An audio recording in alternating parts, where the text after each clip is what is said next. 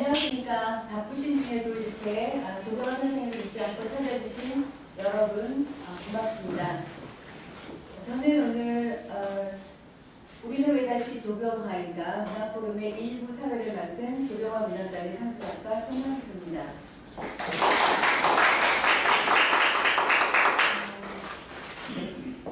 오늘은 우리는 왜 다시 조경화인가 두 번째 행사 세계정신의 관점에서 본 조경화의 시 김하나 교수 편을 저희가 마련하였습니다. 2021년은 고 조경화 시 탄신 100주년이 되는 해입니다.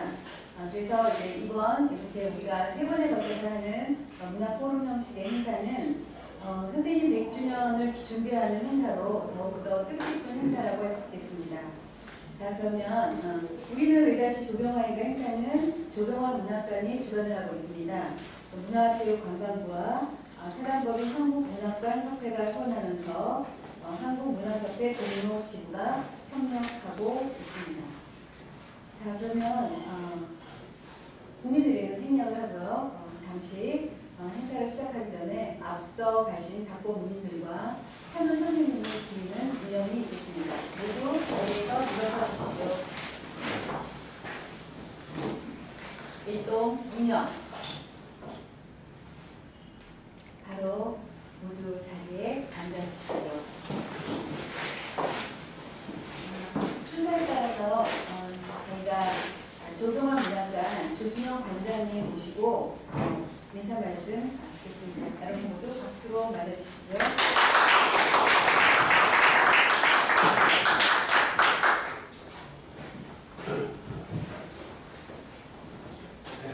안녕하십니까.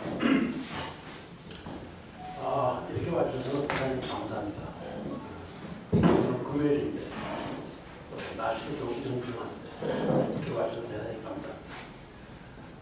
전에 오신 분도 계시지만 다시 한번 여기를 소개해드리면 여기가 해화동 107번지 저희 아버님이 이사를 안 가셨어요. 이 집에서 쭉 살았기 때문에 벽을 보시고 여기서 찾아섰어요. 아래층이 병원이고 여기 2층은 이제 서재, 침실, 그리고 피아노가 이렇게 해서 꾸몄던 것이 107번지입니다. 이사를 가고자 하고 싶어도 이사를 못 간 게 혹시 누가 편지를 보내면 107번지 주소로 오면 받아야 된다 해서 이사를 안 가셨는데 저희가 여기서 한 거의 70년을 산 셈입니다. 그래서 하여튼 오늘 이걸 발표해 주신 김하나 교수님 또 토론해 주신 장현우 선생님 모시고 이게 즐거운 시간을 갖게 돼서 기쁩니다. 네, 대단히 감사합니다.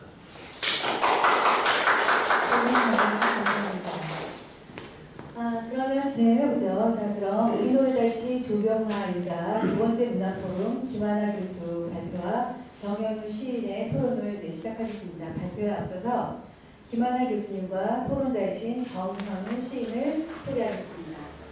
김완하 교수님은 현재 한남대학교 교수님으로 재직 중이시고요. 1987년도 문학사상 시부분에 당선되어서 현재 시단에서 가장 왕성한 활동을 하고 계십니다.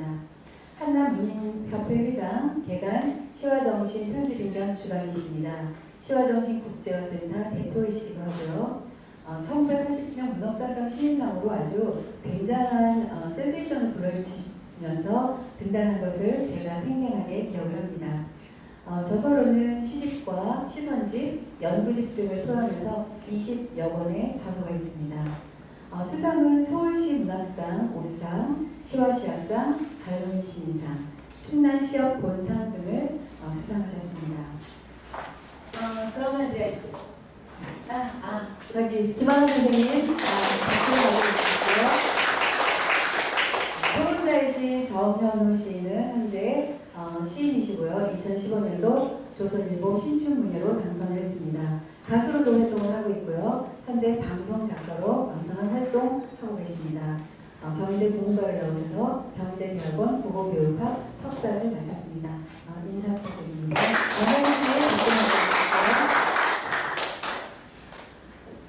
그럼 지금부터 김하나 교수님을 모시고 교수님은 굉장히 강의를 잘하시는 것으로도 유명하신 분입니다. 조병환 씨에 나타난 세계정신의 관점에서 본 조병환 씨 발표를 듣도록 하겠습니다. 김하나 선생님 모시겠습니다. 여러분 발표 잘 부탁드립니다. 소개받은 김광하 시인입니다. 아까 어떤 분이 제 이름이 맞느냐 이렇게 말씀하시는데 제 원래의 본명은 김창완 그렇습니다. 그 이름이 이제 필명으로 바뀌는데 좀 사연이 있습니다. 제가 초등학교 2학년 때부터 짱아였습니다. 짱아. 김창완에서 이제 친구들이 짱아라는 별명을 불렀는데 한 30m 후방에서 이거는 제가 짱이었잖아요. 그래서 이제 별명이 짱아라는 것 때문에 이제 제가 숫기가 없어가지고 부끄러움 많이 타고 그랬어요. 근데 이제 이 짱아라는 그 별명이 나중에 짱아치로 바뀌더라고요.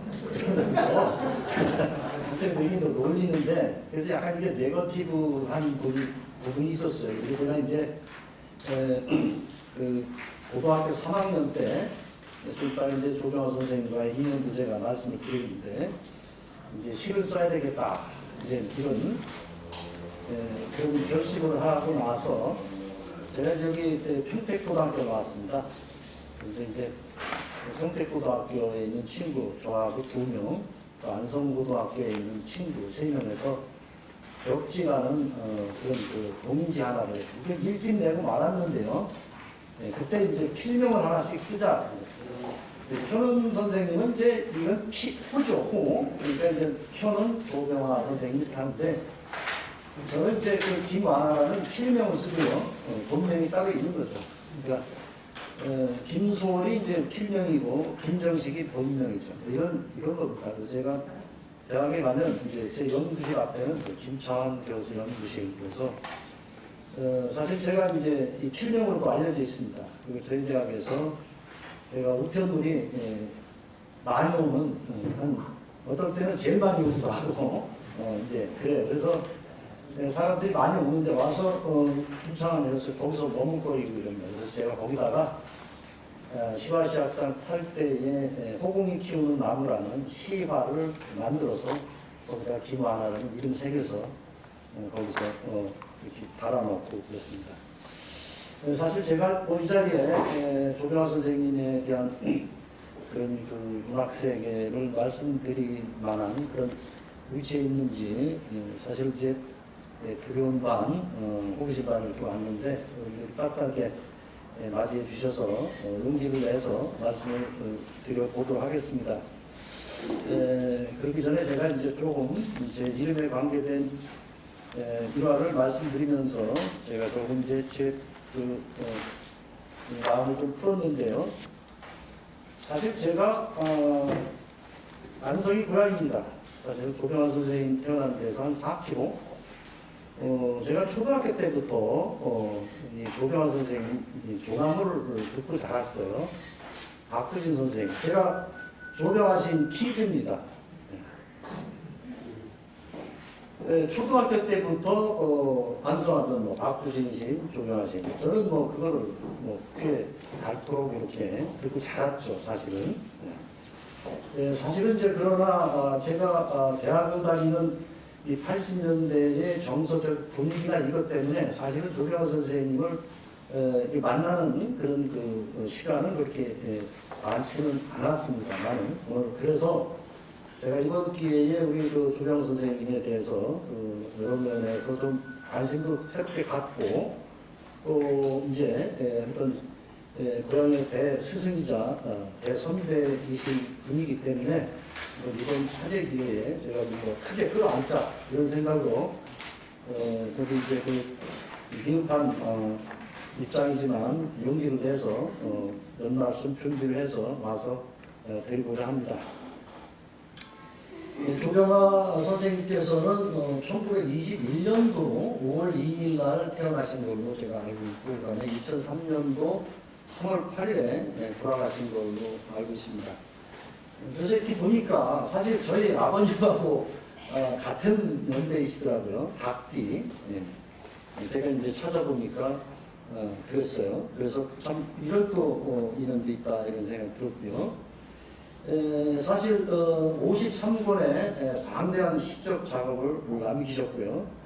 그리고 이 시인으로서 대중성을 가장 넓게 확보한 분, 그리고 70년대, 80년대에 한국 어떤 그 시의 활성화에 획기적으로 공헌한 분이시지 않은가 이렇게 생각을 합니다.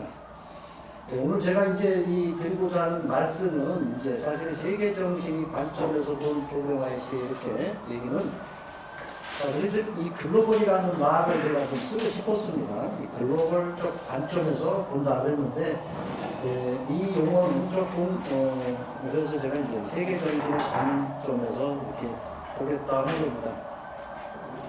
사실 이제 조경아 선생님과의 인연을 조금 더 말씀드리면 사실 이제 초등학교 때부터 저희는 이제 뭐 조경아 선생님, 박두진 선생님 뭐 이런 분들 그리고 나중에 뭐 이제 거기 정진 선생님 뭐 작가신 분도 계시고 또 임흥재라는 또 시인도 계시죠. 그리고 한광구 시인도 계시고 뭐 그래서 저쪽 말석에 이제 김하나라는 조그만 시도 하나 있는데 그건 어떻게 보면 저는 고향 안성을 생각할 때마다 문학적 전통이 굉장히 확고하고 그런 뒷심을 좀 받아서 저도 좀 더 큰 좋은 문학을 할 수 있지 않을까 이런 생각을 하고 있습니다.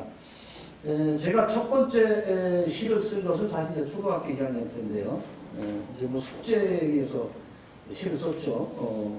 미루나무라는 시를 썼는데 나무나무 미루나무 봄이 오니 호득이 틀리네. 아이들 미루나무 꺾고 호득이를 틀지요. 나도 한번 들어보니 참 잘 틀리네. 이거 95% 맞습니다. 사실은 이제 지금 생각해보면 좀 우스꽝스럽기도 한데 이게 제가 태어나서 첫 번째 썼던 제 동시입니다. 근데 이걸 기억하는 이유가 그때 선생님이 굉장히 칭찬을 해주셨어요. 그래서 뭐 또 안성의 문학적인 얘기를 해주시고 그래가지고 제가 이제 사실 이제 숙제를 많이 내야 됩니다. 학생들 숙제가 90% 키우는 거죠. 그래서 이제 그때부터 이제 이 특활반에 들어가서 이제 뭐 이렇게 시를 쓰고 그러는데 이제 고등학교 때 가서 사실은 아까 얘기처럼 나는 이제 대학에 가면 국문학을 전공해서 국어 선생님이 돼야 되겠다. 그리고 안성의 그런 국문학 선생님들처럼 따라서 좋은 시를 써야 되겠다 이런 생각을 했습니다. 근데 사실은 제가 시를 쓰겠다라고 얘기를 했지만 시인이 되겠다 이렇게 얘기는 못했어요.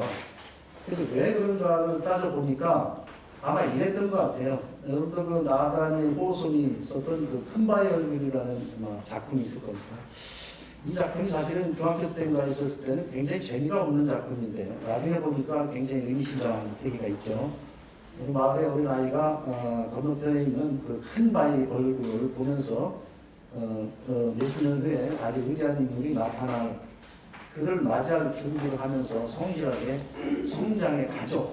그래서 나중에는 스스로가 큰 바의 얼굴이 된다. 뭐 그런 얘기인데 제가 무슨 감히 큰 바의 얼굴에 저를 필적하는 건 아니지만 어쩌나 그 시대에는 제가 시를 쓰겠다라는 얘기를 했지만 내가 시인이 되겠다는 얘기는 못했어요. 그래서 이제 열심히 써서 이제 시인이 되고 이 자리까지 이렇게 왔죠.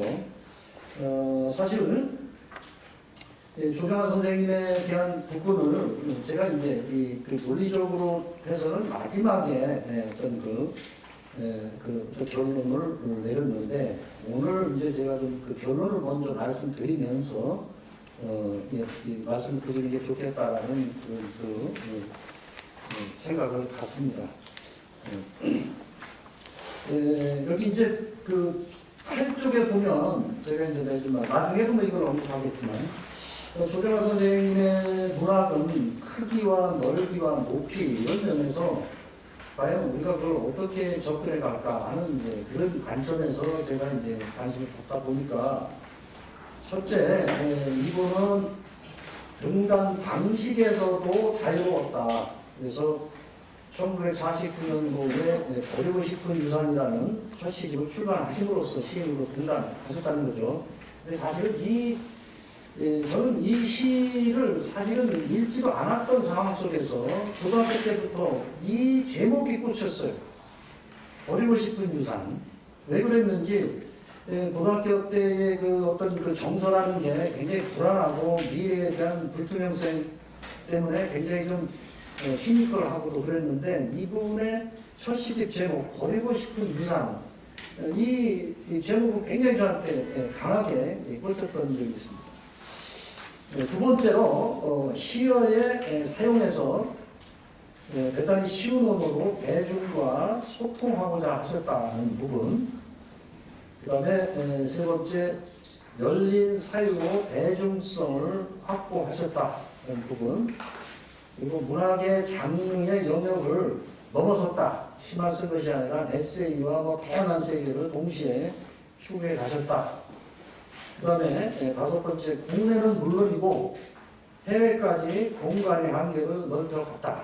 아마 여행을 이분만큼 본격적으로 이렇게 여러 나라를 여행하신 분이 적었다라고 하셔서 많은 그 스케치와 그 기행을 남기셨던 분으로 제가 기억합니다.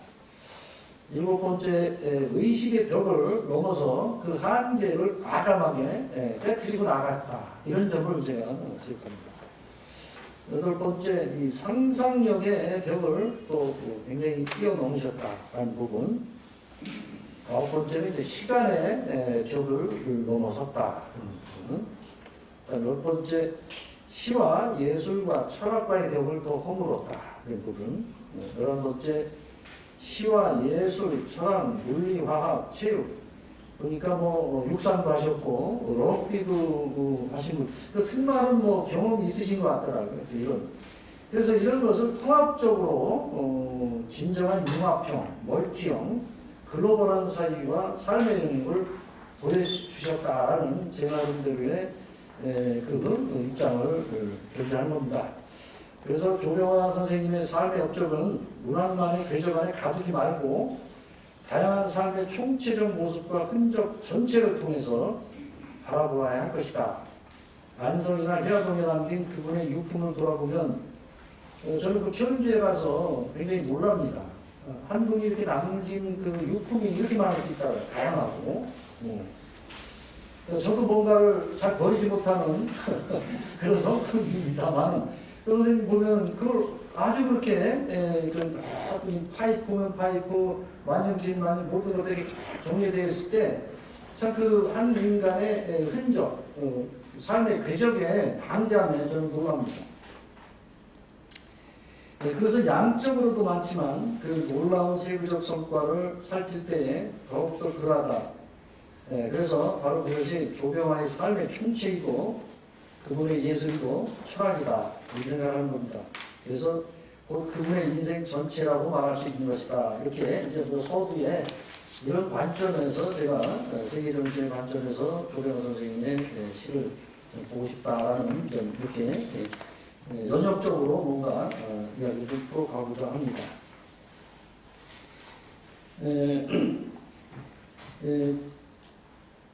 그러니까 그동안 조병화 선생님에 대한 많은 그 관심들이 이루어졌는데 그렇다면 그런 어떤 그 관심과 해석의 부분들이 과연 조병화 선생님에 대한 문학에 대해서 정통하고 있는가, 그것이 완전히 잘 거기에 적용이 되고 있는 것인가. 그러나 이제 저는 그분의 시를 세계 정신의 관점에서 바라보면서 문학의 넓이와 높이 그리고 깊이를 들여다보고 싶다는 생각을 갖게 된 것입니다.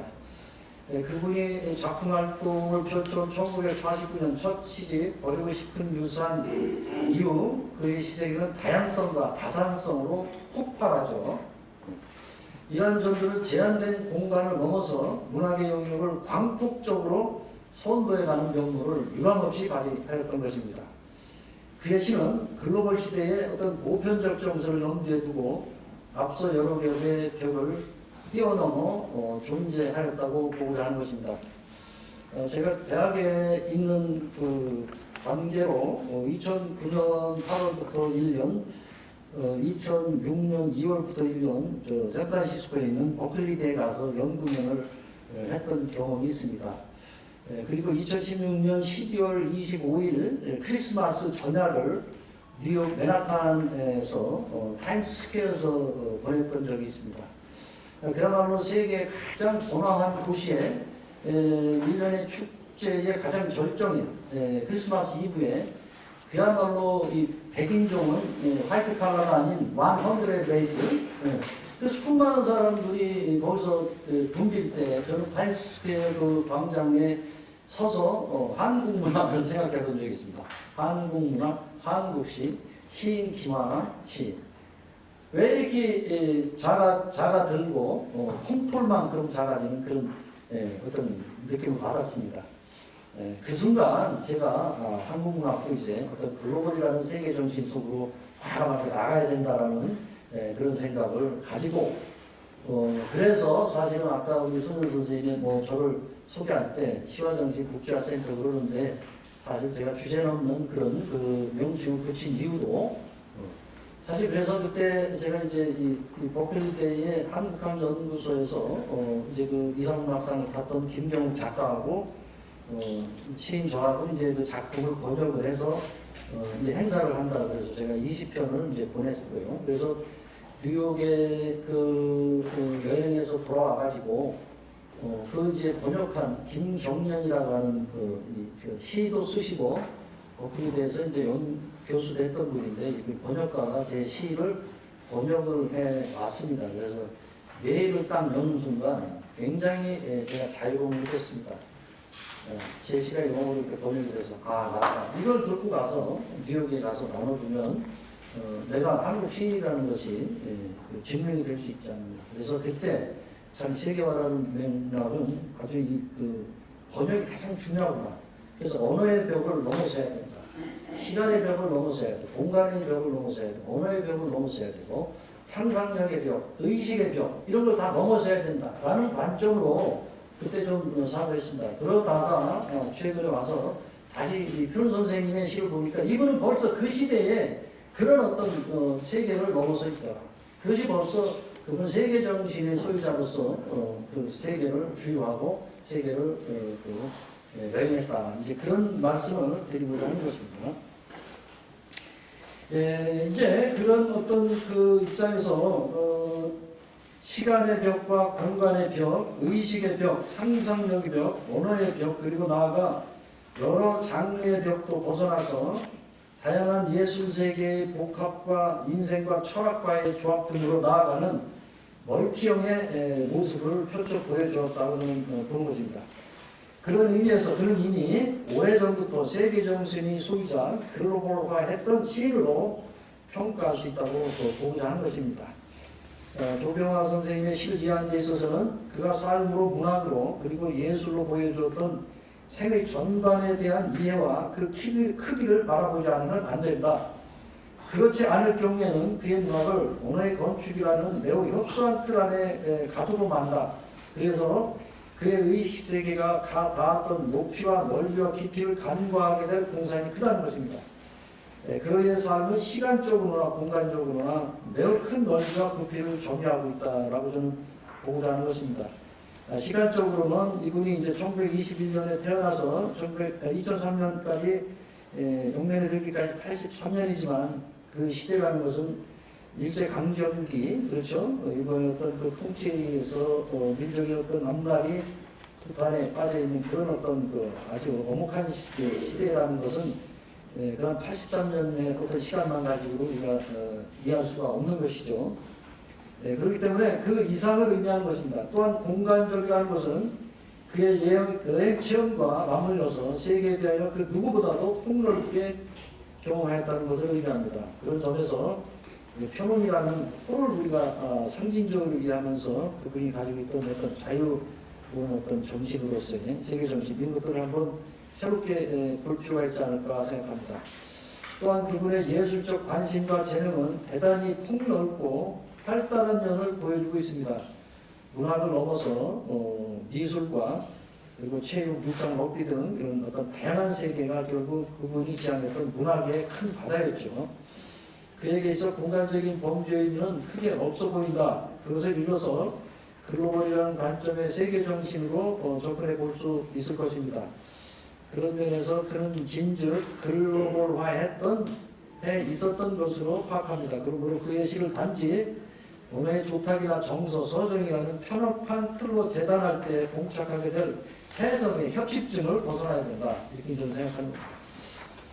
그런 관점에서 필자는 인생 반성의 어떤 동양이라는 공진감을 통해서 고향의 스승이자 대선배 시인에 대한 애정을 바탕으로 표현문학에 한 발짝 더 다가가고자 한 겁니다.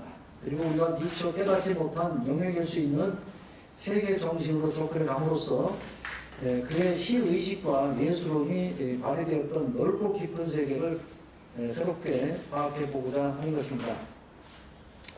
이제 오늘 세계 정신의 관점에서 제가 보고자 하는 어떤 그 대략적인 입론을 말씀드렸고요. 이제 제가 그 표현 문학을 접하게 된 과정, 어떤 이런 것들을 말씀드리도록 하겠습니다. 저는 이 경기도 안성에서 1958년도에 태어났습니다. 제가 이제 문기 초등학교, 이제 공도 중학교, 이제 평택 고등학교를 통해서 지금은 대전에서 한남대학교 문예창작과로 이제 교수로 지내면서 이 초등학교 때부터 사실은 자랄 때 박구진 선생과 이제 조병화 선생의 그 시인의 이름을 듣고 자랍니다. 그러는 중에 제가 이제 변우 선생의 그 작품은 제일 먼저 접한 건 의자였죠. 의자. 근데 이게 고등학교에 실렸습니까? 중학교에 실렸습니까? 고등학교죠? 어디에 잘 보다 보니까 중학교에 실렸다고 그러는데 사실은 이제 제가 이 작품을 통해서 제일 먼저 사실은 조병화 선생님의 작품을 이제 접했죠. 우리가 이거는 조병화 선생님의 대표적인 시처럼 알고 있죠. 지금 어떤 몇쯤 아침을 몰고 오는 분이 계시옵니다. 이러면서 쭉 되고 마지막에 아침을 몰고 오는 어린 분이 계시옵니다. 그분을 위하여 묵은이 의자를 키워드리겠습니다. 사실 이제 이 고등학교 때에 접한 이 시는 다소 쉽고 여유 있게 다가온 바 있습니다. 사실. 그러나 이제 오늘날 우리가 이렇게 돌아볼 때 이 작품이 가지고 있는 아주 인류의 어떤 보편적인 생의 흐름, 순환, 절대적 진리 이런 우주의 순환과 우리 생의 흐름을 동시원적으로 연결시켜서 아주 본질적인 세계를 끊임없이 얘기를 하고 있는. 제가 이제 전체적으로 보면서 사실 문학은 그런 말을 하잖아요.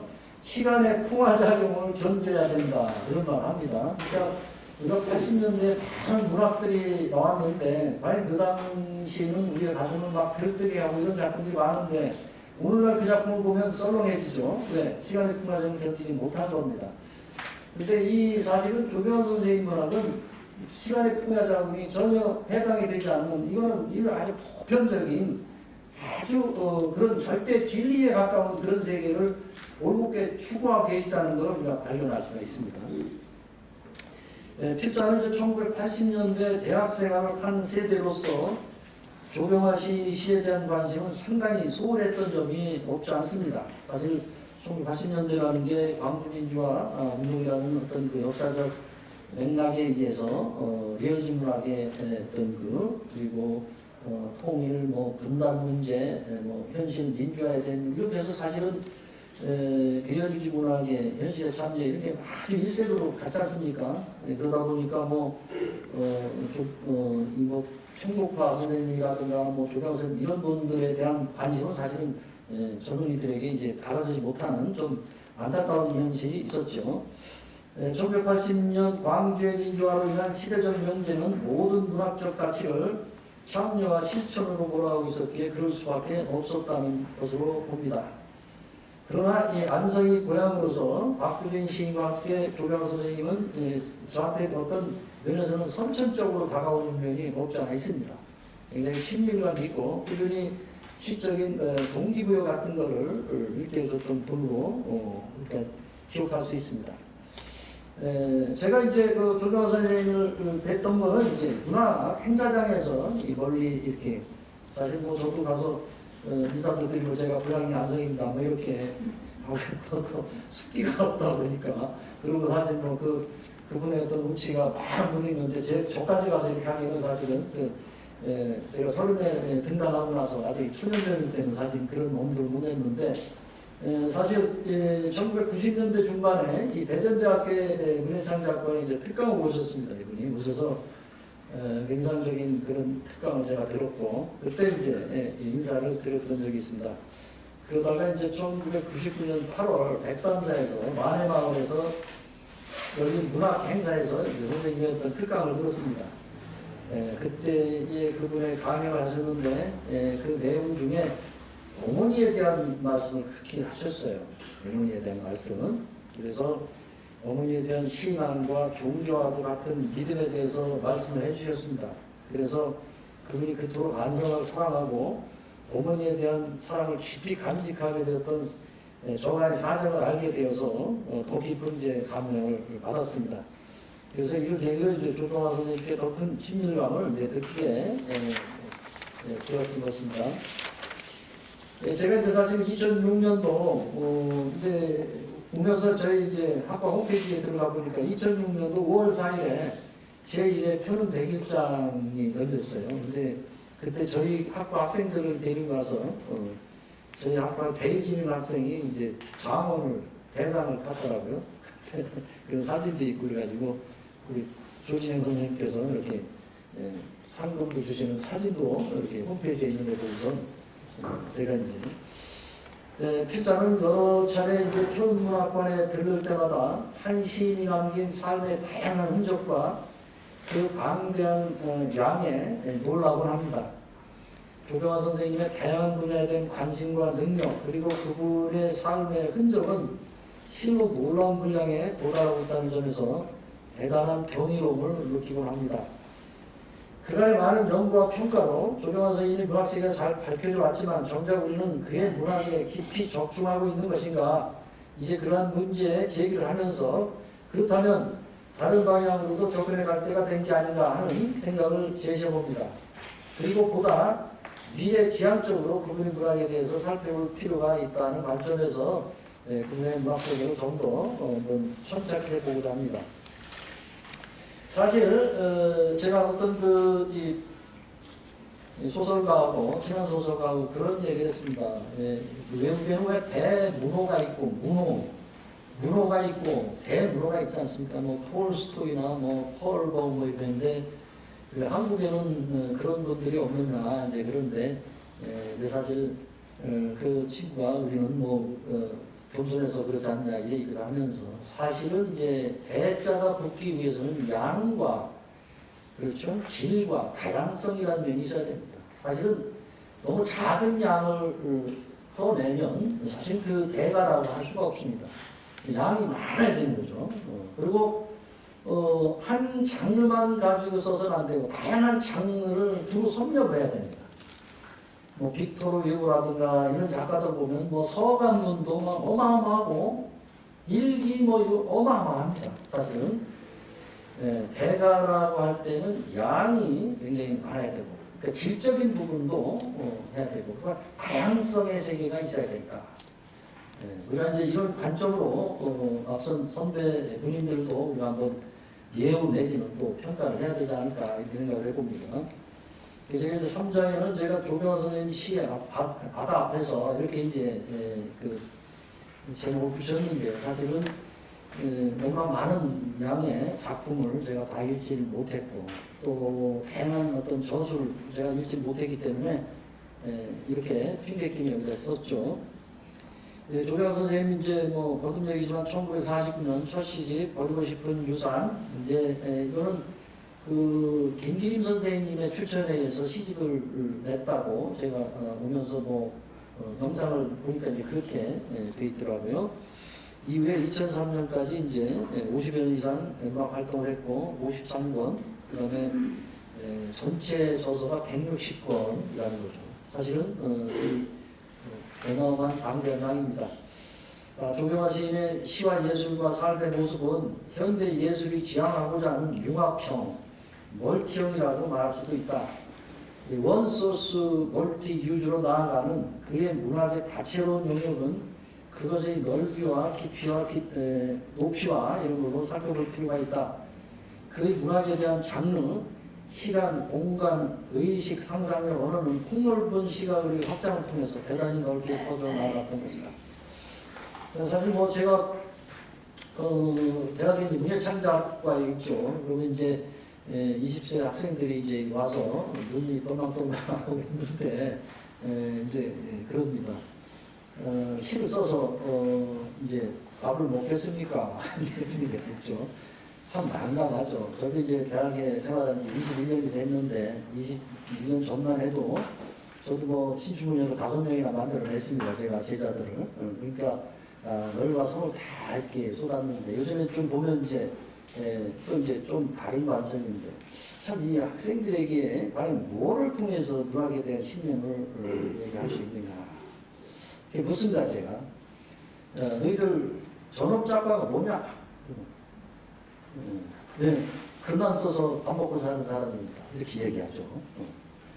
네, 그 말에 반은 맞고 반은 틀린다. 왜 그런가를 내가 얘기해주고 그러면 온전한 전자인데 이 전자가 올인한다는 겁니다. 올인한다는 것이 업을 수식하느냐 작가를 수식하느냐 학생들은 업을 수식하는 겁니다. 그러면 글만 써서 밥을 먹고 살아야 되니까 그럼 어떻게 밥을 먹고 살기 위해서 어떻게 글을 쓰느냐 그러니까 밥의 목적을 두는 거죠. 그것은 전업 작가가 아닙니다. 그럼 어떻게 되느냐 작가에 올인하는 것이다. 작가에 올인하면 좋은 작품을 반드시 쓰게 되죠. 그러면 거기서 어떤 그 경제적인 것도 오고 뭣도 옵니다. 제가 사실 이제 그런 걸 이제 가르쳤는데 제 제자 중에 좀 오늘 조경화 선생님 날이지만 또 이런 얘기를 통해서 이제 제자가 5명 정도 제가 이렇게 신춘문예를 안내를 했는데 이제 그 중에 하나는 김생문학상도 타고 그랬습니다. 이 학생이 이제 2년 전에 제가 이제 학과에 강의도 이렇게 줬어요. 강의도 줬는데 이제 왔어요. 그날은 대전 KBS에서 촬영을 한다고 온 겁니다. 그래서 제가 이제 와서 대화하고 이럽니다. 그런데 그 학생이 그 얘기를 하는 겁니다. 대학 다닐 때는 교수님이 말씀하신 게 무슨 말씀인지 몰랐는데 자기가 열심히 교수님 말씀 듣고 열심히 좋은 시를 써가지고 시집도 내고 김생문학상도 타고 그러니까 이번에 모든 게 다 이루어졌다. 어디에 저기 상금도 들어오고 그 다음에 특강 가서 강사들도 나오고 어디 가서 촬영도 하고 그런다고 얘기를 합니다. 사실 이 조경화 선생님의 삶을 보면서 저는 바로 이런 융합형 멀티형뿐만 아니라 완소수 멀티유지의 개념을 사실은 실천해서 몸으로 실천해서 보여준 분이 아닌가 이렇게 생각을 하는 겁니다. 사실은 제가 이제 그러면서 이 창작을 제가 만든 1차 창작, 2차 창작, 3차 창작, 4차 창작의 개념으로 이렇게 만들었습니다. 이건 뭐냐면 우리가 이제 1차 산업, 2차 산업, 3차 산업 이렇게 하지 않습니까? 1차 산업이라는 것은 쌀농사 짓고 그 다음에 고기 잡고 광산에 가서 석탄 캐는 건데 1차 생산하는 거죠. 그런데 2차 생산 그걸 이제 가공해서 생산품으로 만드는 것이고 3차 산업은 이제 그 유통해서 이제 서비스 산업에서 팔고 이러는 건데 문학도 사실 그런 거죠. 제가 이제 학생들이 이제 생각하는 것은 1차 창작만 가지고 하는 거죠. 그러니까 원고지가 쓰고 제가 이제 87년도에 유학사상에 눈발 이렇게 해서 5편은 그건 1차 창작입니다. 그 2차 창작은 뭐냐? 그러한 것을 가지고 활용하는 겁니다. 그러니까 제 시가 노래로 돼 있어요. 제 시가 신앙송가들이 가서 낭송을 합니다. 그리고 이제 제 시가 또 사실은 엄마라는 영화에 또 이렇게 표제작으로도 나오기도 하고요. 그러니까 2차 창작은 원고지에 쓰는 기본적인 어떤 활동이고 그것이 활용을 해서 2차 창작, 그 다음에 두 장르가 섞여서 3차 창작, 그다음 4차 창작이라는 건 AI와 인공지능 시대의 어떤 그 창작의 영역이다. 그런데 제가 볼 때 그 조경화 선생님이 이미 그런 활동을 그 시대부터 다 펼치신 겁니다. 사실은 제 기억이 맞는지 모르지만 80년대 아마 최고 그 젊은이들이 주례로 모시고 싶은 분이 아마 조경화 선생님을 이렇게 했던 걸로 제가 기억이 납니다. 그러니까 조병 선생님의 문학은 1차 창자의 영역으로만 평가하고 할 때는 한계가 있다는 거죠. 그것을 넘어서 2차, 3차, 4차 창자를 통해서 문학 전체의 어떤 이 역량을 강화하고 새롭게 펼쳐갔던 분이다 이렇게 이제 생각을 하는 겁니다. 그분이 아까 얘기했던 것처럼 이제 문학의 문화는 등단 방식 자체도 기존의 문단 편입 방식에서는 벗어났고 그것은 시대와의 연결고리를 가지고 있겠지만 그가 문학을 통해서 걸어가고자 했던 길에 남다른 출발이었던 것으로 판단합니다. 사실 이제 그 책자가 조병 선생님과 여러 가지 인연에도 불구하고 이제야 이제 멀리 돌고 돌아와서 그분의 길이라는 시를 통해서 다시 그분을 만났습니다. 산을 넘어도 산, 고개를 넘어도 고개, 개울을 넘어도 개울, 길은 그저 묵묵히 간다. 어디로 가고 있는 건가? 사방 텅 비어있는 우주, 끝이 보이지 않는 길, 길은 그저 묵묵히 이어진다. 길을 따라 나선 마을, 기다리는 사람은 없어도 그저 길을 따라 가고픈 마음, 산을 넘어도 고개를 넘어도 개울을 넘어도 산을 넘어도 그저 묵묵한 길. 이분의 문학은 구체적인 사실과 리얼리티를 추구하기보다는 아주 보편적이고 영원한 주제에 천착하고 있습니다. 아까도 말씀드렸지만 문학은 시간의 어떤 풍화작용을 견뎌한다고 할 때 이분의 문학은 어떤 천년의 토대 위에 구축하는 것이다 이렇게 할 수가 있겠습니다. 이것은 뭐 그때나 지금이나 아주 보편적이고 영원한 주제를 다뤄라. 이제 그거에 대한 이분의 어떤 문학적 세계관이 있겠죠. 사실 이제 그런데 제가 이제 이분의 어떤 그 작품을 쭉 보다 보니까 길에 대한 관심들이 굉장히 많이 있더라고요. 길에 대한 관심. 그런 것들을 통해서 이어지는데 제가 사실은 첫 시집이 이제 제 시집의 제목이 길은 마을에 갖는다 또 이렇게 돼 있어요. 그래서 또 이제 나름대로 좀 동질감을 느끼면서 이제 그분의 작품을 읽었습니다.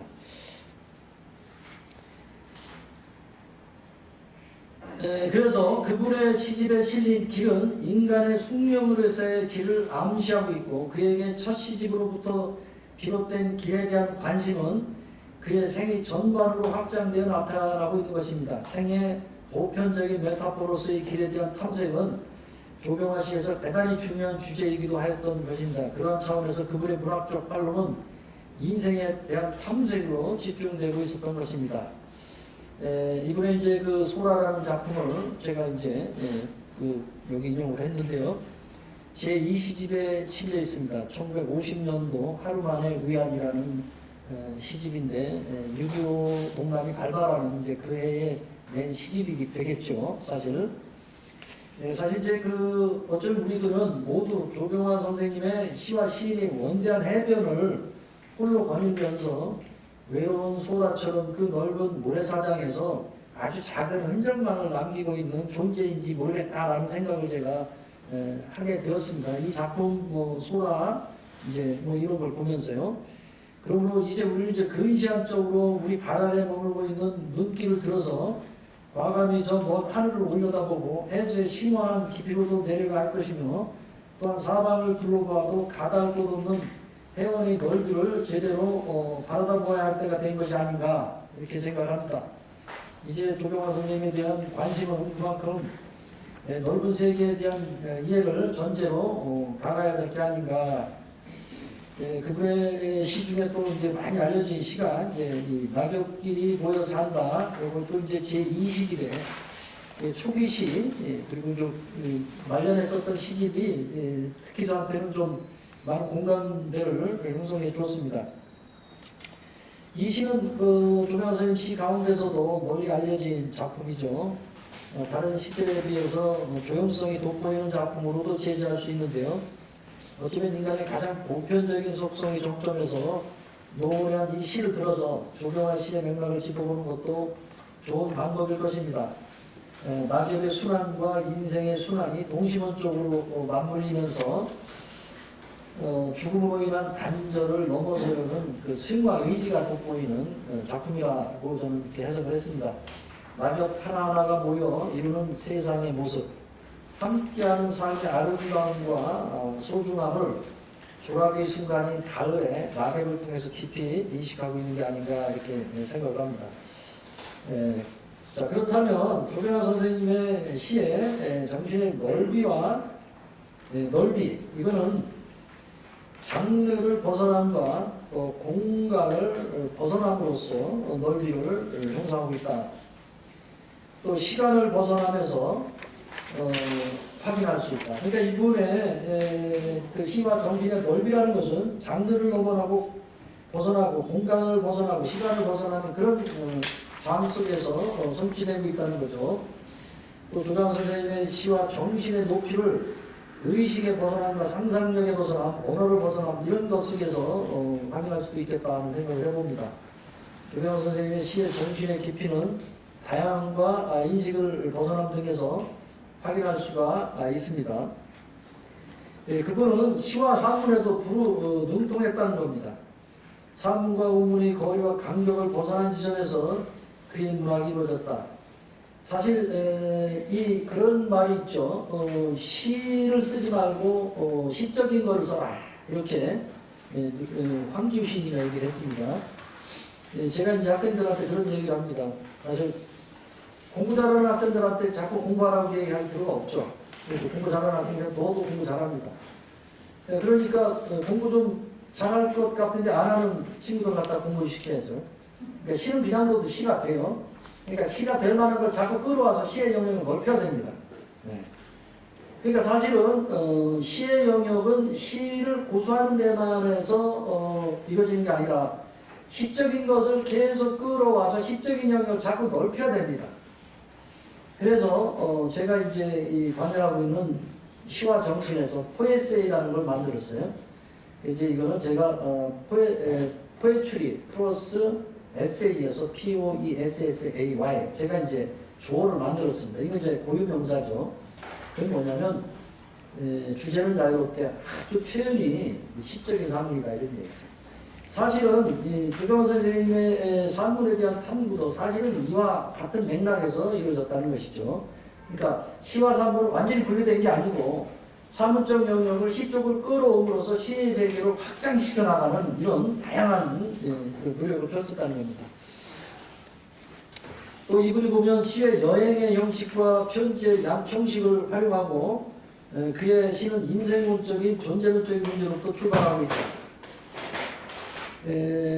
그분의 어떤 그 관련된 것을 나는 이렇게 나의 숙명처럼 줄곧 시를 살아오고 있다라고 말씀했습니다.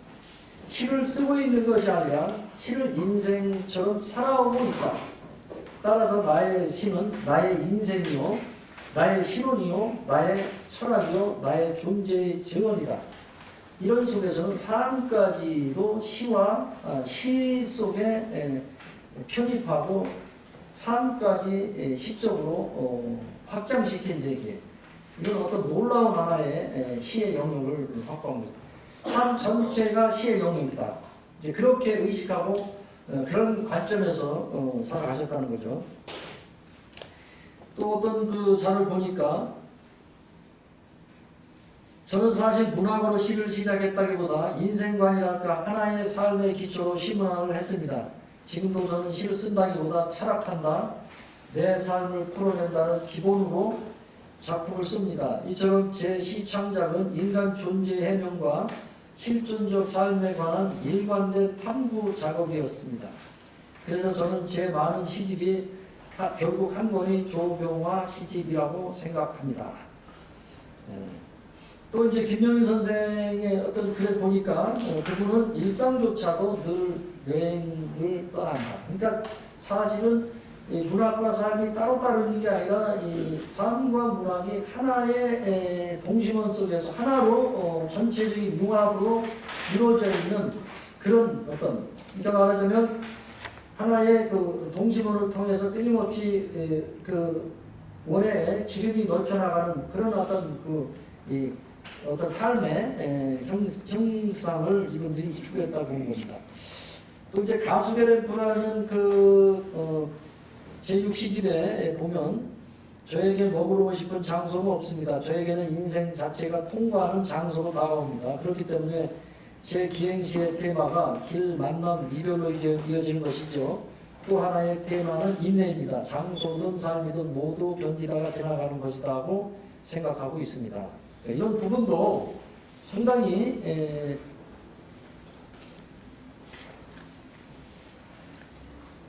조경화시에서 보편적 공감을 불러일으키는 또 다른 테마의 하나가 어머니로 볼 수 있습니다. 사실 이제 이 어머니의 부분에 대해서 제가 1999년도 백담사 마리마을에 가서 그분의 강연을 통해서 이분이야말로 종교와 신앙이 어머니일 수밖에 없다라는 아주 큰 감동을 받았는데요. 그런 부분은 또 놀라운 어떤 이 원형성, 그렇죠? 그 생명의 모태로서의 어머니와 대지적 모성으로 어머니라든가 이런 원형적 사유와 상당히 또 연결되어 있을 수 있다 이런 생각을 해봅니다. 사실 어찌 보면 인간은 어머니 앞에 100살이 되어도 영원히 철들지 않는 어린아이가 돼야 되지 않겠습니까? 어떤 조병호 선생님이 어머니를 모시고 찍은 사진을 보니까 정말 그 나이가 지긋하신 상황에서도 어머니 앞에만 가면 어린아이처럼 이렇게 표정을 보고선 상당히 인상적이었습니다. 제가 이쪽에서 네 번째 단락으로 가겠습니다. 조병화 시 평가에서 시의 내용은 인생 철학과 관련된 심오한 것들이 많지만 그 시적 표현이 쉽고 평이한 언어를 통해 이루어지고 있다는 사실을 주목할 만하다. 시적 소통의 방법과 독자의 외연을 넓히는 문제의 실마리를 제공해주고 대중과의 소통을 지향하는 노력을 기울여야 한다라고 여기 이영건 선생님도 사실 이제 강성의 제 후배이기도 하고 지금 충남대학교에 교수로 있는 비평가인데요. 여기 이제 보니까 이미 조병화 선생님의 어떤 그 문학에 대한 대중성 이런 것에 대해서 여기 이제 언급을 해놨습니다. 시적 소통의 방법과 독자의 외연을 넓히는 문제의 실마리를 제공해 주었던 분이다. 대중화와 대중과의 소통을 지향하는 노력을 앞으로 우리가 그분을 통해 배워서 지향해야 된다 이런 얘기를 했습니다. 이제 그러면서 그분이 이룩한 대중성과 예술성의 조화라는 시적 업적을 더욱 정교하게 수준 높게 고양하는 일이 요구된다. 또 이분이 썼던 어떤 글에 보니까 지금 나의 인생은 그대로 시요 수필이요 그림입니다. 그림은 취미였고 인생이 휴식이었지만 시와 수필은 모두 나의 철학이요 인생관이요 그 사생관이었다. 나는 그렇게 한평생을 외고 살았다. 나의 인생은 그대로 시요 수필이요 그림이요 취미 이게 하나로 통합되어 있다는 거죠. 어떤 통합형, 멀티형 이걸 제가 이제 그렇게 이야기하고자 하는 것입니다. 이분은 화가로서의 창작시와 여러 가지 전시를 해서 20여 회의 개인 전람회를 열었다는 것을 제가 확인했고요. 그러면서 7조에 가서 쉽고 평이한 시적 표현으로 삶과 죽음 다양한 내면 세계를 통해서 대중과 소통하고 어떤 함께 나누는 공감의 장으로 가려고 했던 이런 부분. 그 다음입니다. 그의 시는 안성에서 출발하여서 한국을 넘어서 세계로 나아갔다가 다시 고향인 안성으로 회귀하고 있습니다. 그것은 연어가 강원도 남대천에서 부화되어서 동해로 가서 알래스카까지 이렇게 가는 5년 동안 걸리는 장중한 하나의 오디세우스에 해당하는 그런 여행을 통해서 그 연어의 활동 방중을 연상시키는 긴 호흡과 흐름으로 조병호 선생님 문학 인생으로 방대한 스케일과 흔적 그리고 대서사식의 오디세이아를 연상케 합니다. 조병호 선생님 마지막 시집 넘을 수 없는 세월에 있는 그의 시 한 편을 관심 있게 살펴보았습니다. 그것은 고향의 8월에 펼쳐진 농한기의 철력을 그리워하는 시인의 마음을 담고 있는데요. 이 시는 그의 말년의 작품에 해당합니다. 시 말미에는 2002년 8월 이렇게 기록이 되어 있는데요. 결국 그의 시도 마지막에는 장대한 여행을 마치고 모천으로 돌아오는 연어처럼 다시 고향 안성으로 향하고 있는 것입니다. 이 시에서 조병화 씨는 유년의 자연과 풍요롭고 조화로운 민속적 삶으로 회귀하고 있습니다. 이제 철렵이라는 작품인데요. 옛날엔 철렵이 좋았지. 금을 치며 욱욱 고기 모는 작대기 치는 소리, 맑은 물이 철썩철썩 튀어오르는 물방울이 좋았지. 피라미, 불거지, 미꾸리, 붕어, 오래무지. 그물에 걸려 팔팔 뛰는 것이 좋았지. 아, 내 고향 8월은 이렇게 농한기를 보내면서 금을 치는 철렵놀이가 좋았지. 지금도 이 생각, 여름이면 선하게 떠오르는 내 고향 8월 풍경, 철렵이 좋았지. 사실 이 시에 대해서 제가 좀 관심을 갖는 것은 이 시에서 표현하고 있는 민속적이고 향토적인 세계가 필자의 체험과도 만나기 때문인 것입니다. 그러한 한 예로 저도 두 번째 시집에 그 대동철렵이라는 시가 있습니다. 이 필자 시에 대동철렵이라는 작품이 있는데요. 그 시는 농촌 마을 공동체에 대한 체험과 품앗이, 불에 등의 풍소를 바탕으로 형상하고 있습니다. 조경화 선생님이 물고기를 잡아 철렵을 즐겼던 하천의 흐름은 저희 마을을 거치는 한천으로 이어져 와서 필자가 태어난 마을을 휘감고 이렇게 저쪽으로 이제 안성천으로 이제 이어가죠. 그 물줄기는 이어가서 서해를 거쳐 태평양으로 뻗어갔을 것입니다. 그리고 그 물은 하늘로 올라갔다가 다시 지상을 내려서 안성으로 돌아오는 어떤 그 세계적 순환을 했다. 그러한 움직임은 그 세계화라는 큰 틀 안에서 한 흐름으로도 접근해 볼 수도 있다 이렇게 보는 겁니다. 제가 한번 이 대동철렵이라는 시를 좀 낭송해 보도록 하겠습니다. 대동철렵. 마정리 마을에 모내기 끝난 다음 날이면 어김없이 동네 사람들 대동철렵을 벌였다. 윗동네 아랫동네 사람들 빠짐없이 모여 뒷산엔 커다란 차이를 치고 덩그러니 가마솥 2개가 걸렸다. 마을 아낙들은 하얀 쌀밥을 지으며 올해 농사는 풍년이 될 거라고 한쪽 가마솥엔 고기국이 끓고 솥뚜껑 사이로 억센 김이 치솟았다. 이웃 마을 사람까지 달려와 그간의 안부를 나누며 한솥밥을 먹고 한 솥에 국과 몇 잔 막걸리에 얼큰이 취하면 쌍쇠가 쇠를 치고 장구 푹 징여 올려 산은 온통 춤판으로 들썩였다. 온 마을 사람들 얼클어지고 풍악은 골짜기 차고 나가 차령산맥을 울렸다. 흥이난 마을 남정네들은 한천으로 몰려가 씨름으로 한판 힘을 겨루고 흠뻑 젖은 몸으로 시내에 뛰어들었다. 맨물에 검게 그을린 팔과 어깨를 적시면 안악들 검게 그을린 팔과 어깨를 적시면 맨물에 검게 그을린 팔과 어깨를 적시면 안악들 멀리서도 제 산에 바라보며 가슴이 더워져 흐뭇해했다. 그렇게 된통스럽게 놀고 난 밤 뒷동산이 먼저 취해 잠으로 떨어지고 초저녁부터 마을은 온통 코고는 소리로 들썩였다. 동구방 느티나무 위로 보름달이 웃으면 들판에선 밤새워 개구리들이 달빛을 퍼마시며 밤새도록 취해 육자배기를 뽑았고 그때 들판의 모들은 은밀하게 뿌리세워 땅내를 맡았다. 사실 이 배경과 이 조경 선생님께서 쓰신 철렵과는 좀 다르긴 하지만 하나의 그 지류가 이어지는 어떤 그 공간, 저희 마을에서 제가 어릴 때 보고 자랐던 정서가 그 조경화 선생님의 이제 후기 마지막 시집 이렇게 속에서 발견되곤 했다는 어떤 부분을 제가 여기서 확인하고 했던 겁니다.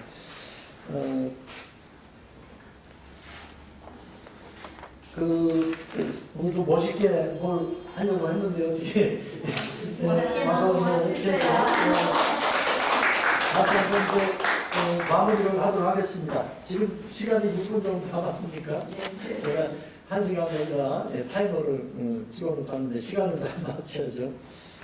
사실 이제 제가 자라서 태어나 자란 곳은 경기도 안성구이고요. 안성구에 이제 그 조경생은 이제 양성면이고 저는 공도면입니다. 그래서 그 직선거리는 4km가 되지 않는 부분. 그래서 그 어떤 그 한천이라는 이제 지류가 이제 그 현재 쪽에서 이렇게 이어져가지고 저희 앞으로 지나는. 사실 제가 이제 중학교 때부터 안성 그 대스승이 된 분들의 어떤 조남을 익히 듣고 자랐고 사실은 이제 그런 과정 속에서 뭐 문학에 대한 어떤 그 제 DNA가 다소의 어떤 그 자극된 계기를 맞지 않게 봅니다. 다만 80년대라는 어떤 그 시대의 흐름 속에서 고향에 대한 선배 또는 선생님들의 문학에 대한 관심이 이제 좀 소원했던 어떤 그런 관점에서 다시 21세기의 어떤 그 우리가 이 글로벌한 시대에 한국 문학의 세계화라는 어떤 관점으로 볼 때에 앞서 또 읽었던 그 선생님들의 문학의 어떤 가치를 새롭게 우리가 조명하고 바라봐야 되는 게 아닌가. 그리고 더 나아가서 사실은 그 문학이라고 할 때의 부분은 원고지 안에서만 이루어지는 게 절대 아니죠. 원고지에서 출발하는 거예요. 그래서 1차 창작에서 2차 창작, 2차 창작에서 3차 창작, 4차 창작 이렇게 가는 것입니다. 그래서 이미 조병 선생님의 삶이라는 것은 어떤 그 원고지 안에 쓰는 어떤 1차 창작뿐만 아니라 그것이 다양한 대중성과 예술성의 조합, 그리고 이 문학과 회화의 또 어떤 그 기행 모든 것의 중합을 통해서 문학이 땅끝까지 갈 수 있는 어떤 그런 가능성을 몸소 실천해 주시고 베풀었던 분이 아닌가. 이분이 1922년도에 태어나서 1950년도에 6.25가 나라라는 이 시집을 내는 그런 상황 속에서 이번에 문학의 어떤 그 핵심은 언어의 어떤 그 탐구와 어떤 이 소수 정리한 이런 것보다 오히려 문학의 대중화와 젊은이들에게 꿈과 희망과 용기를 주는 어떤 그런 부분 속에서 몸소 실천하고 밖으로 확산시키고 펼쳐나갔던 그런 어떤 역동적인 것이 아닌가 사실은. 그래서 사실 어떻게 보면 문학의 어떤 다양성 속에는 또 여러 가지가 있죠. 예술성과 대중성 이런 것들을 이분의 어떤 목적은 대중성과 예술성을 어떻게 통합해서 한국 문학의 세계화 내지는 또 한국 문학의 어떤 이 확장을 어떻게 이룰 것인가. 아마 이런 것을 일찌감치 사고하시고 펼쳤던 것이 아닌가 이렇게 제가 생각을 하면서 제가 그냥 뭐 원문한 말씀을 이렇게 적고 질의 토론으로 가도록 하겠습니다. 네, 고맙습니다. 통시적 관점에서 조경화 선생님의 시를 연구해 주신 김하나 선생님 감사합니다. 다음은 정현우 씨 나오셔서 김하나 교수님 발표하신 세계정신의 관점에서 본 조경화 시 토론을 했는데요. 4가지로 나누어서 질문을 해주셨는데요. 한 3가지 정도로 마지막 관점 빼주시고요. 그리고 한 4가지 정도 해서 좀 통합적으로 질문 부탁드립니다. 네, 토론을 시작하겠습니다. 조병화 선생님은 제가 처음 뵀을 때 특강을 들은 적이 있었는데요. 그때 제가 신이 되고 싶다고 했었는데 눈이 맑은 신이 될 것 같다고 하셨습니다. 네, 그래서 오늘은 맑은 눈을 가지고 왔습니다. 네, 조병화 선생님은 한국 시문학사에서 가장 많은 시집을 출간하셨고 이것이 양적인 측면뿐만 아니라 누구든지 쉽게 접근할 수 있는 편리한 시어와 깊이 있는 내면의 우리익으로 독자층을 확보하고 있다는 사실에서 문학의 점유를 확대했다는 생각을 해봅니다. 제 생각에는 평이한 비유와 소박한 어법으로 일상 속에서 말하는 또 편지나 일기를 쓰듯 감동을 주는 언어들이기 때문에 가능하다고 생각했는데요. 조병화 선생님이 대중성을 갖고 있고 많은 독자들을 거느릴 수 있었던 또 특별한 점을 말씀해줄 수 있을까요?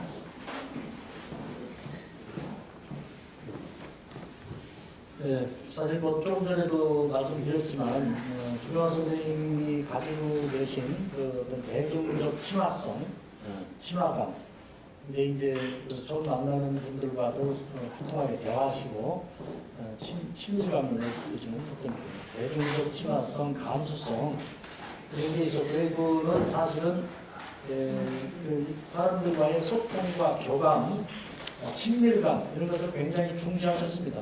그리고 조병화 선생님이 어떤 문학적인 관심을 문학을 통한 소통과 교감 그리고 친밀감 그런 중시하셨고요.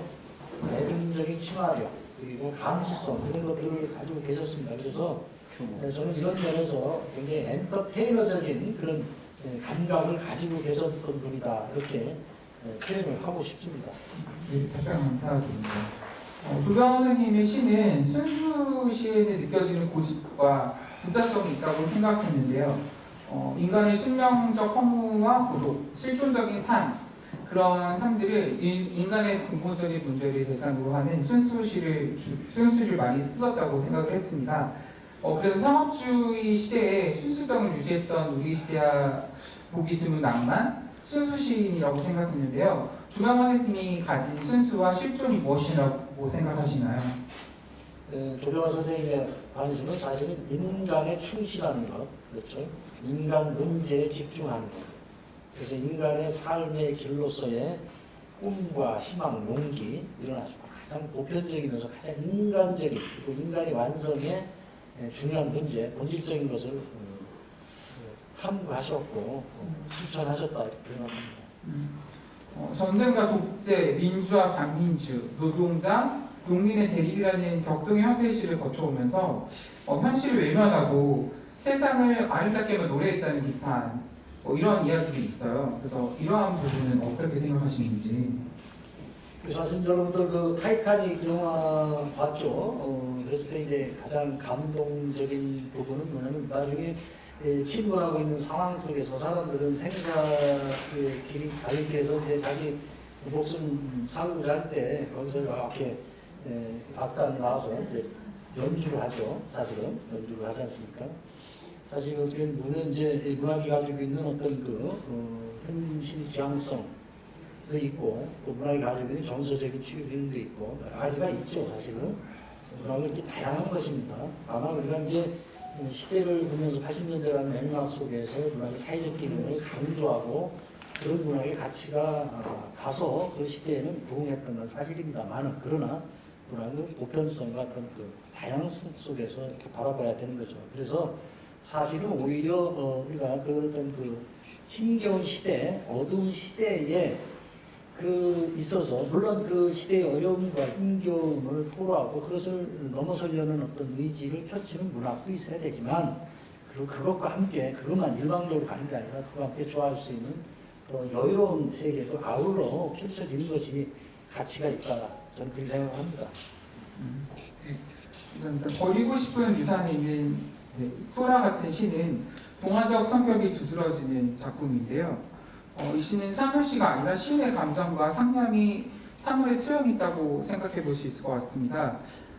그래서 어떻게 보면 이게 수평적인 시가 아니냐 이렇게 얘기가 나올 수도 있는데 김하나 선생님은 해변을 큰 공간으로 보았고 가다할 수 없는 해변의 넓이로 바라보는 시인의 넓은 눈을 말씀하셨어요. 이렇게 작은 것 하나로도 거대한 눈으로 끌고 갈 수 있는 조병환 선생님의 힘은 무엇일까요? 예, 사물이 가지고 있는 물성, 즉 물질적인 속성이 있죠. 사실 그러나 이제 물질적 속성으로만 볼 게 아니라 그 본성이 있습니다. 본질적인 속성. 이제 이런 문제에 어떤 착안하시고 탐구하신 게 결국 이제 조병환 선생님의 인간에 대한 어떤 집중력이죠. 그래서 보편적이고 본질적인 것에 대한 탐구와 메타포로서의 힘이다. 저는 생각을 합니다. 네, 질문이 다 됐고요. 네, 그러면 저기 굉장히 마음이 맑아지는 질문이기도 하고 깊이 있는 질문이기도 했는데요. 개인적으로 시촌으로서 굉장히 잘 들었습니다.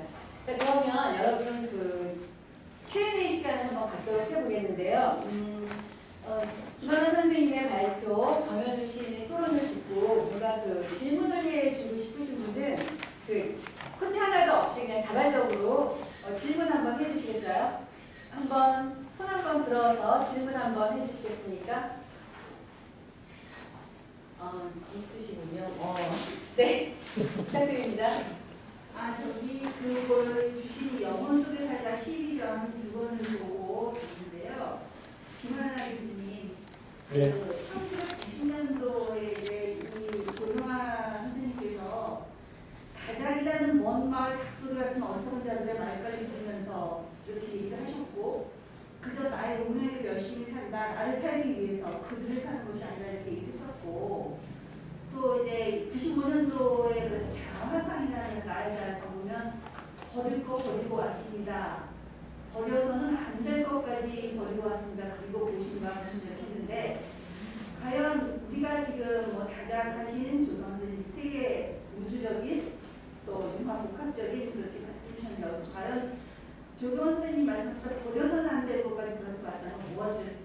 말하셨을 거 아무튼 제가 궁금합니다. 선생님께서 아니 오늘의 발표자시니까 저도 사실 궁금했는데 인면식도 없으신 분인데 감사합니다. 그리고 사실 이제 그런 말씀은 이제 조경 선생님도 직접 듣는 게 이제 연결할 텐데 우리가 이제 문학을 통해서 이제 우리가 이제 사고하고 상상을 하는 거겠죠. 저는 이제 그런 생각을 했어요.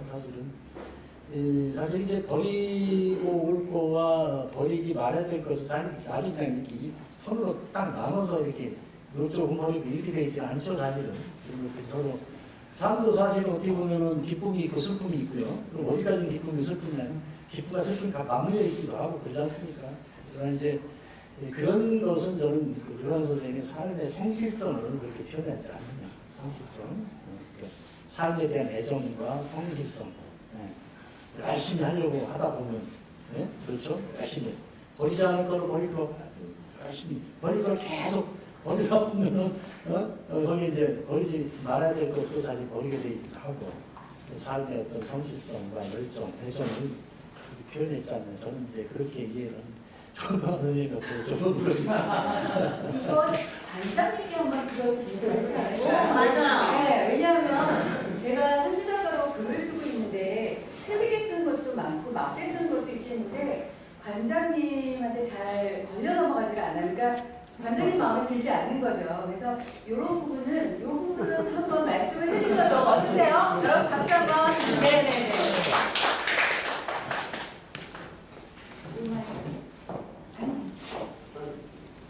아버님은 하장이라는 것 때문에 또 시에 쓴다는 것 때문에 평론가들한테 상당히 호평을 많이 받았어요.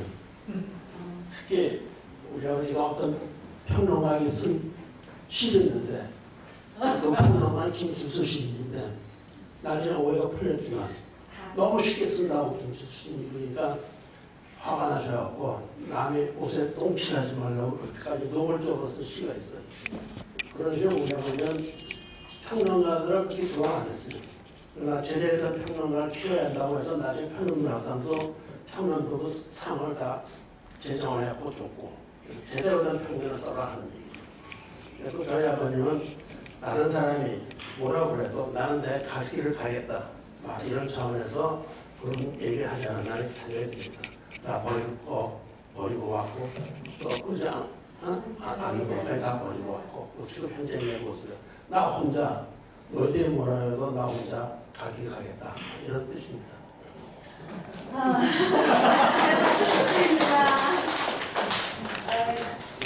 이게 이렇게 누군가가 쓰고 누군가가 지킨다는 것이 중요한데요.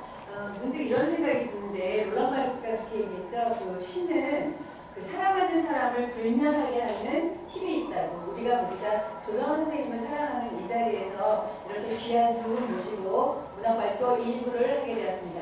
자, 여러분 김한원 선생님과 정현우 시인에게 박수 부탁드리고요.